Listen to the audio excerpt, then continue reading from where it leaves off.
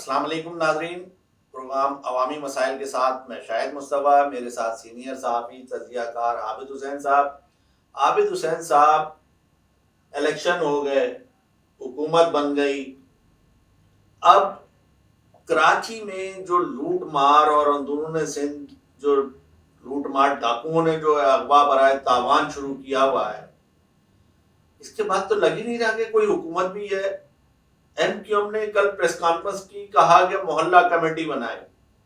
اب محلہ کمیٹی بنا کے لوگ راتوں کو جاگیں، اور پاکستان میں یہ اس شہر کی بات کر رہا ہوں جو معاشی ہب ہے اور سب سے زیادہ ٹیکس دیتا ہے، یہ ملک کو چلا رہا ہے۔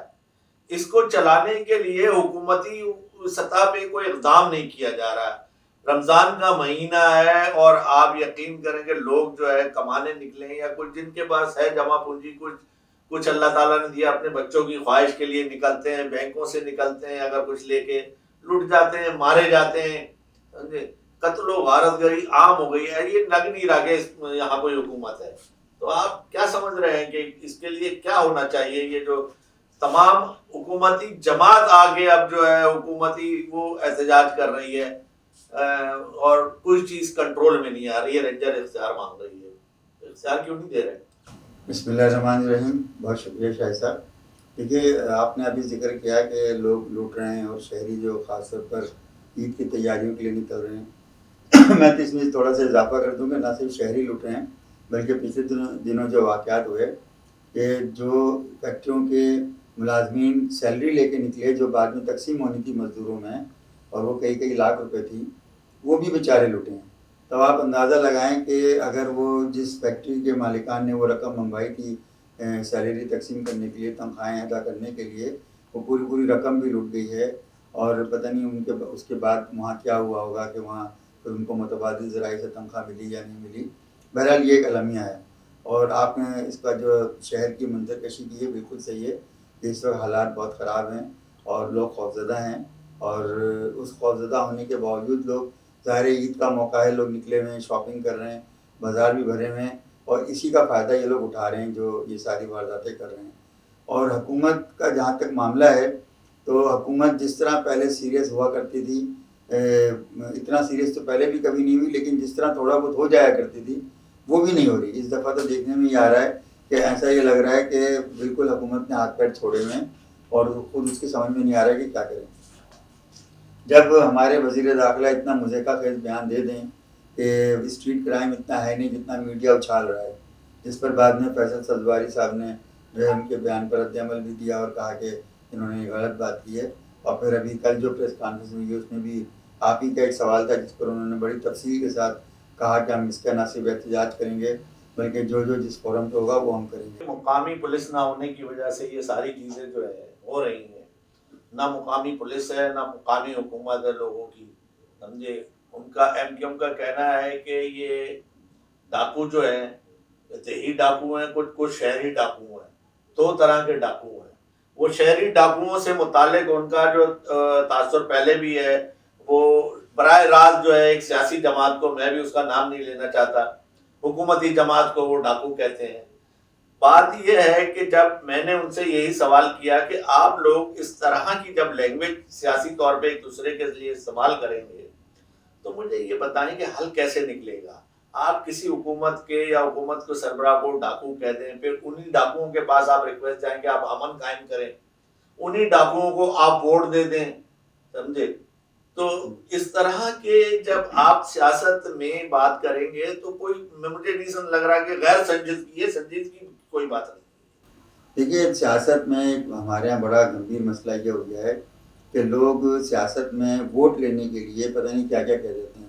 آپ صرف ایم کیو ایم کی بات نہ کریں، بلاول بھٹو زرداری صاحب نے شہباز شریف صاحب کے جب یہ الیکشن کمپین چل رہی تھی اور مسلم لیگ ان کے خلاف کیا کچھ نہیں کہا، اور ہمیں نظر آ رہا تھا کہ یہ سب دکھاوا ہے کیونکہ یہ صرف ووٹ لینے کے لیے ہے۔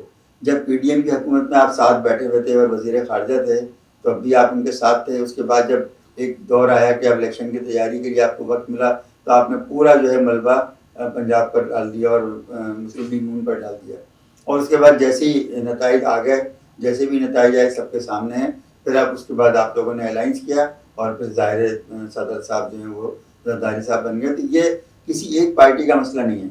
سیاست میں ہمارے یہاں لوگ بہت آگے تک چلے آتے ہیں, بہت زیادہ ایسی گفتگو کرتے ہیں جو نہیں کرنی چاہیے. جملے وہ استعمال کرنے چاہیے کہ جس پر بعد میں پچھتانا نہ پڑے. ایم کیو ایم کے ساتھ بھی یہی معاملہ ہے, نون لیگ کے ساتھ بھی ماضی میں یہ ہوتا رہا ہے. شہباز شریف صاحب کہتے رہے کہ میں گھسیٹ کر زرداری صاحب کو لے کر آؤں گا, تو پھر وہ اس کے بعد جو سوشل میڈیا میں ان کے خلاف ایک چلا سارا کے دیکھے جی گھسیٹ کر وہ ایوان صدر تک لے گئے. کہ کیا فائدہ ہوا ان جملوں کا؟ کوئی فائدہ نہیں ہوا. اس سے بہتر ہے کہ شہباز شریف صاحب ہوں یا بلاول صاحب ہوں یا ایم کے ایم ہوں یا کوئی بھی ہو, وہ کبھی اس طرح کی لینگویج استعمال نہ کریں. ہائی کورٹ نے بلا کے یہ کہا کہ 1 ماہ میں آپ شہر میں امن و امان کو بہتر کر لیں. تو یہ 1 ماہ کیا قتل و غارت گری کا ریلیف ہے؟ کیا ہے مقصد کہ آپ نے اتنا گیپ دینے کی؟ کیا یا تو آپ نے نوٹس نہیں لیا ہوتا؟ نوٹس لیا ہے تو آپ کو فوری اقدامات کرنے چاہیے تھے. تو یہ ایسا کیوں ہو رہا ہے عابد صاحب؟ یہ ہر جگہ سے جو ہے ریلیف مل رہا ہے. دیکھیے, معزز عدالت کے نوٹس پر تو ہم تبصرہ نہیں کر سکتے. اگر اس نے 1 ماہ کہا ہے تو اصولاً غلط اس لیے ہے کہ آپ کی بات صحیح کہ وہ فوری ہونا چاہیے. اور 1 ماہ کہنے کا مطلب یہ بھی نہیں کہ انہوں نے خود سے کوئی مہلت دی ہے دانستہ, بلکہ یہ سسٹم کو ٹھیک کرنے کے لیے کچھ مہلت دی جاتی ہے. لیکن 1 ماہ کا عرصہ بہت زیادہ ہے. رپورٹ طلب کی جاتی ہے, پھر کمیٹیاں بیٹھتی ہیں, مختلف لوگ بیٹھتے ہیں, اسٹیک ہولڈر بیٹھتے ہیں. لیکن یہ کہ یہ جو گمبھیر صورتحال ہے یہ 1 مہینہ مہلت دینے والی نہیں ہے, یہ فوری ایکشن والی ہے. اگر ابھی کوئی بات ہو رہی ہے اور ابھی کوئی واردات ہوئی ہے تو اس کے اوپر اتنا فوری اجلاس ہو جانے چاہیے, فوری میٹنگز ہو جانی چاہیے, فوراً اسلام آباد سے کوئی ہل جل ہونی چاہیے. گورنمنٹ میں کوئی ایسا سیل بن جانا چاہیے تھا اب تک کہ جو کرائم کنٹرول کرنے کے لیے کوئی اسپیشل اسکواڈ بن جانے چاہیے تھے. وہ چیزیں نظر ہی نہیں آ رہی. پہلے ایک جان چلی جاتی تھی خدا نخواستہ کسی شہری کی تو ایک ہلچل مچ جاتی تھی, ایک حکومت اپنے لیے اس کو بڑا بدنامی کا سبب سمجھتی تھی.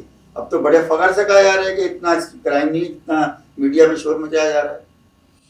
ناظرین, عابد حسین صاحب کا تبصرہ اور تجزیہ آپ نے ملاحظہ فرمایا. بات یہی ہے کہ عوام کے ہاتھ میں کچھ بھی نہیں ہے. عوام نے اپنے ہاتھ میں جو کچھ تھا وہ دے دیا. لوگ بھیک مانگ رہے تھے, یہی لوگ بھیک مانگ رہے تھے ووٹوں کی, یہی اقتدار میں آنا چاہ رہے تھے. یہ ووٹ لے کے, عوام کا ووٹ لے کے اقتدار میں آ گئے. چلے جس طرح بھی آئے ہیں, اقتدار میں آ گئے ہیں, اسمبلیوں میں بیٹھ گئے ہیں, عوام کے ٹیکس سے تمام سہولتیں حاصل کر رہے ہیں. جو عوام کو سہولت ملنا چاہیے وہ ساری سہولتیں انہیں ملی ہوئی ہیں. ان کے ساتھ گارڈز ہیں, ان کو تمام فیسلٹیز, ان کے بچوں کو سرکاری گاڑیاں, سرکاری ویپن, سرکاری ملازمین, سرکاری فورسز, سب ان کے لیے ہے. اس ملک میں کیا عوام کے لیے کچھ نہیں ہے؟ کیا عوام جو ہے کوئی گھاس کوڑا ہے؟ اسی عوام کے ٹیکسوں سے ان کو تنخواہیں ملتی ہیں. اس کا حساب اللہ کے گھر بھی دینا ہے. اگر ہم اپنے اپنے فرائض جو ہے اگر صحیح طریقے سے نہیں نبھائیں گے تو یہاں دنیا میں تو بچ سکتے ہیں, لیکن شاید آخرت ہم اپنی خراب کر رہے ہیں.